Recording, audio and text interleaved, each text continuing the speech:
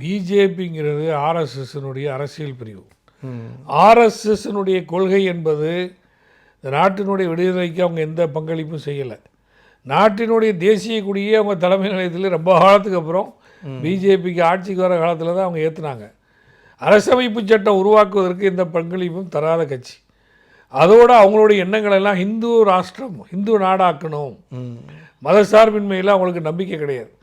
அதனால் இந்து ராஷ்டிரம் உருவாக்குவதற்கு என்னென்ன செய்யணும்னு சொன்னால், அரசியல் ரீதியாக மத ரீதியாக மக்களை பிளவுபடுத்தினால்தான் அரசியல் ஆதாயம் பெற முடியும். அதுக்கு தான் இத்தனை சட்டங்கள் 11 வருஷம் நீங்கள் சொன்ன மாதிரி எத்தனையோ சட்டங்களை இஸ்லாமிய சமுதாயத்துக்கு எதிராக கொண்டு வந்தாங்க.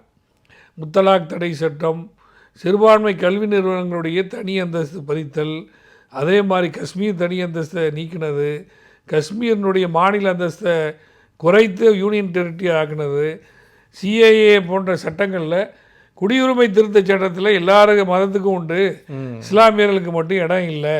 இப்போ வக்ஃப் திருத்த சட்டம், இப்படி அவங்களுடைய நடவடிக்கை எல்லாமே எடுத்துக்கிட்டீங்கன்னு சொன்னால் போலரைசேஷன், இந்து முஸ்லீம்ங்கிற அடையாளத்தை பிரிக்கணும். அதனால் அவங்க குளிர்காயன்னு நினைக்கிறாங்க. இது வரைக்கும் அவங்க இந்து சமுதாயத்துக்கு பெருசாக என்ன செய்திருக்காங்க?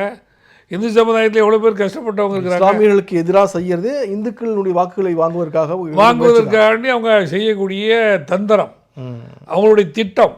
அதை ஒரு எக்ஸ்டெண்டு வட மாநிலங்களில் செய்ய முடியுது, தமிழ்நாட்டில் கேரளாவில் நம்ம தென்பாதிகளில் செய்ய முடியல. ஏன்னா இங்கே எல்லாரும் நல்லிணக்கத்தோடு வாழ்ந்துக்கிட்டு இருக்கிறதுனால இது ஒரு திராவிட மண்.